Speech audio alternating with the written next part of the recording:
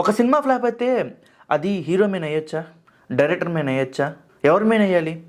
అది ప్రొడ్యూసర్ తప్పు కదా? సరే, గేమ్ చేంజర్ ఫ్లాప్ అయింది. హీరో వచ్చి మాకు ఏమైనా హెల్ప్ చేశాడా?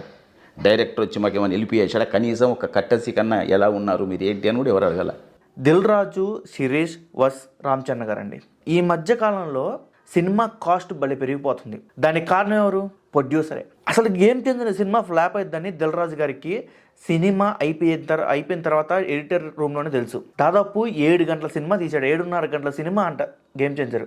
అది చూసి ఆ ఫుటేజెస్ మొత్తం ఎడిటర్కి ఇస్తే ఎడిటర్కి మైండ్ బ్లోయింది. అసలు 7.5 గంటల సినిమాని 3 గంటల సినిమాగా చెయ్యాలి అంటే ఎంత పెద్ద టాస్కో తెలుసా? అది సీన్ టు సీన్ ఖచ్చితంగా సింక్ ఉండాలి, లేకపోతే ఇంకా అసలు మరీ చండాలం, ఓపెనింగ్స్ కూడా రావు. అసలు అంత పెద్ద సినిమాని కట్ చేయాలంటే ఆల్మోస్ట్ నాకు తెలిసి 3-4 నెలలు పట్టింది. మళ్ళీ గ్రాఫిక్స్ ఎంత టైం వేస్ట్. హీరో ఎందుకు పట్టించుకుంటాడు? ఇప్పుడు ఒక పెద్ద ప్రొడ్యూసర్ దిల్ రాజు గారు, ఆయనకి ఇన్ని సినిమా అనుభవం ఉంది, రామ్ చరణ్ గారి కంటే ఎక్కువ అనుభవం ఉంది. అండ్ శంకర్ గారు, ఆయన పుత్తులు వేలు పెడతారు ఎవరైనా? ఒక సంవత్సరంన్నర తీసిన సినిమా, అందులోనూ 7.5 గంటల సినిమా తీస్తే శంకరు, దిల్ రాజు గారు ఏమనలేకపోయారా? దిల్ రాజు గారికి తెలుసు అంటే అది బడ్జెట్ ఫెయిల్యూర్ కూడా. ఇప్పుడు 2.5 గంటల సినిమా 100 కోట్లు ఖర్చు అయితే 7 గంటల సినిమా 100 కోట్లు ఖర్చు అవ్వాలి అంటే నువ్వు ఎంత రేట్లు పెట్టి, ఇప్పుడు 100 రూపాయల టికెట్ 200 రూపాయలు పెట్టినా కానీ ఎంత పెద్ద హిట్ అయినా ఆ సినిమా డబ్బులు రావని దిల్ రాజు గారికి బాగా తెలుసు. అందుకనే ప్రమోషన్స్ కూడా అలా చేశారు. అందుకని ఒకే సంక్రాంతికి 2 సినిమా రిలీజ్ చేశారు. సంక్రాంతికి వస్తున్నాం అనే సినిమా కూడా రిలీజ్ చేశారు. బ్యాకప్ ప్లాన్గా దిల్ రాజు గారు పెట్టుకున్నారు. చిరంజీవి గారిని, చరణ్ని కూడా కన్విన్స్ చేశాం. వాళ్ళు కూడా రోజు సపోర్ట్ చేశారు. సపోర్ట్ చేసి ఉండకుండా నాకు ఇంకా ఎక్కువ డ్యామేజ్ అయ్యేది. అట్లీస్ట్ సంక్రాంతికి వస్తున్నాం అంత పెద్ద హిట్ అయినందుకు. ఇక్కడ పిచ్చోడు ఎవరయ్యారంటే రామ్ చరణ్ గారు అయ్యారు. ఒక్క త్రిబుల్ తర్వాత ఒక్క సినిమా ఒప్పుకోకుండా, అంటే ఒక క్యామియో రోల్ చేశారు చిరంజీవి గారితో, ఒక్క సినిమా కూడా డైరెక్ట్ సినిమా ఒప్పుకోకుండా గేమ్ చేంజర్ పట్టుకొని అంతసేపు అలానే ఉన్నారు.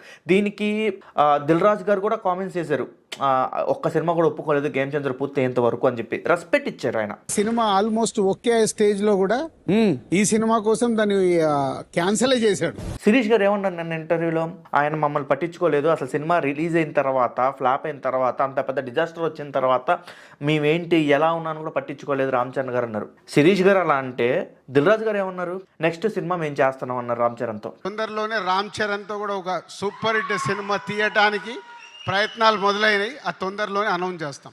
ఇద్దరికి పొంతం లేదా శిరీష్ గారికి, దిల్ రాజు గారికి? అండ్ ఇండస్ట్రీలో ఒక టాక్ ఉంది ఏంటంటే శిరీష్ గారికి కొంచెం నోటు దోలని మీన్స్ అలా అనకూడదు, పెద్దోళ్ళు కొంచెం తొందరపడతాడని. దిల్ రాజు గారు అలా పడరు, ఎందుకంటే బిజినెస్ గురించి ఆలోచిస్తారు ఆయన. శిరీష్ గారు మొన్నటిదాకా అసలు బయటికి రాలేదండి, ఈ మధ్య బాగా ఇంటర్వ్యూలు ఇస్తున్నాడు. ఇక్కడ ఎవరిది ఫెయిల్యూర్ అంటే నిజంగా చెప్పాలంటే ప్రొడ్యూసర్ ఫెయిల్యూరే. అది ప్రొడ్యూసర్ ఫెయిల్యూర్ అని దిల్ రాజు గారు ఒప్పుకున్నారు కూడా. మళ్ళీ ఇప్పుడు కామెంట్స్ ఎందుకు అంటే, ఒక అవుట్డేటర్ డైరెక్టర్ని తీసుకొచ్చిన తప్పు దిల్ రాజు గారిది, ఎందుకంటే ఆయన ఆల్రెడీ ఫెయిల్యూర్స్లో ఉన్నారు. అండ్ గేమ్ చేంజర్ సినిమా తీస్తూనే ఇండియా 2 సినిమా తీశాడు ఆయన.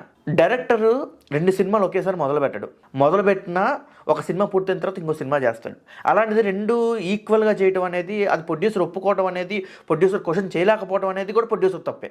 నాకు తెలిసినంత సక్సెస్ఫుల్ ప్రొడ్యూసర్ ఒకప్పుడు, ఇప్పుడు ఇంకా మళ్ళీ అవ్వాలి. వచ్చే సినిమా తమ్ముడు సినిమా కూడా హిట్ అవ్వాలని కోరుకుంటూ, మళ్ళీ రామ్ చరణ్ గారితో ఒక మంచి సినిమా తీయాలని కోరుకుంటూ, దిల్ రాజు గారి, శిరీష్ గారి కామెంట్స్పై మీ అభిప్రాయం ఏంటో కామెంట్ బాక్స్లో కామెంట్ చేయండి. మళ్ళీ కలుద్దాం వేరే వీడియోలో.